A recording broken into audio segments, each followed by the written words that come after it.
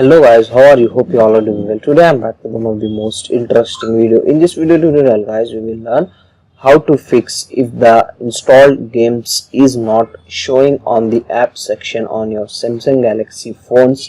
In this video we'll learn these guys. Okay, so I have 3 to 4 game installed in my phone, but the game is not showing here. As you can see guys, when I'm trying to search the game, after searching, the game is showing here, as you can see guys. Okay, so to unhide this game guys, you can follow this method. You can get the game launcher app in the app section. As you can see, just tap and open that app. Okay, in this launcher guys, you can get your all installed app, as you can see guys. Now if you want to unhide this all games, here in the top left side corner of your screen you can get 3 lines option. Just tap on it. Okay, from here open the settings. Here you can get the settings gear icon. Just tap and open that option, and here show app game, you can get this option. Just tap on it, and here you can get the option in game launcher and the home and app screens.